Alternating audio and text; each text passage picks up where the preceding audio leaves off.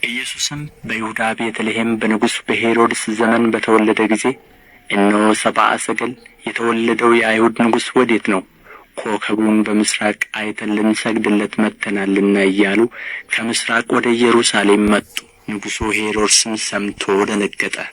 ኢየሩሳሌምም ሁሉ ከእርሱ ጋር የካህናትንም አለቆች የሕዝቡንም ጻፎች ሁሉ ሰብስበው ክርስቶስ ወዴት እንዲወለድ ጠየቃቸው። እነርሱም አንቺ ቤተልሔም የይሁዳ ምድር ከይሁዳ ገዢዎች ከቶ አታንሽም፣ ሕዝቤን እስራኤልን የሚጠብቅ መስፍን ከአንቺ ይወጣልና ተብሎ በነቢይ እንዲህ ተጽፎአልና በይሁዳ ቤተልሔም ነው አሉት። ከዚህ በኋላ ሄሮድስ ሰብአ ሰገልን በስውር ጠርቶ ኮከቡ የታየበትን ዘመን ከእነርሱ በጥንቃቄ ተረዳ። ወደ ቤተልሔምም እነርሱን ሰድዶ ሂዱ፣ ስለ ሕፃኑ በጥንቃቄ መርምሩ፣ ባገኛችሁትም ጊዜ እኔ ደግሞ መጥቼ እንድሰግድለት ንገሩኝ አላቸው። እነርሱም ንጉሡን ሰምተው ሄዱ። እነሆም በምሥራቅ ያዩት ኮከብ ሕፃኑ ባለበት ላይ መጥቶ እስኪቆም ድረስ ይመራቸው ነበር።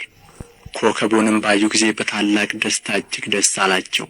ወደ ቤትም ገብተው ሕፃኑን ከእናቱ ከማርያም ጋር አዩት። ወድቀውም ሰገዱለት። ሳጥኖቻቸውንም ከፍተው እጅ መንሻ ወርቅና ዕጣን ከርቤም አቀረቡለት። ወደ ሄሮድስም እንዳይመለሱ በሕልም ተረድተው በሌላ መንገድ ወደ አገራቸው ሄዱ።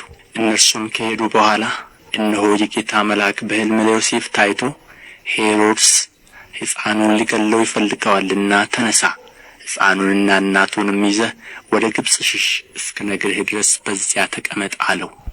እርሱም ተነሥቶ ሕፃኑንና እናቱን በሌሊት ያዘና ከጌታ ዘንድ በነቢይ ልጄን ከግብጽ ጠራሁት የተባለው እንዲፈጸም ወደ ግብጽ ሄደ።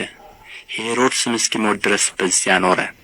ከዚያ በኋላ ሄሮድስ ሰብአ ሰገል እንደ ተሳለቁበት ባየ ጊዜ እጅግ ተቈጣና ልኮ ከሰብአ ሰገል እንደ ተረዳው ዘመን በቤተልሔምና በአውራጃዋ የነበሩትን 2 ዓመት የሆናቸውን ከዚያም የሚያንሱትን ሕፃናት ሁሉ አስገደለ። ያን ጊዜ በነቢዩ በኤርምያስ ድምፅ በራማ ተሰማ፣ ልቅሶና ብዙ ዋይታ። ራሔል ስለ ልጆቿ አለቀሰች፣ መጽናናትም አልወደደችም የሉምና የተባለው ተፈጸመ።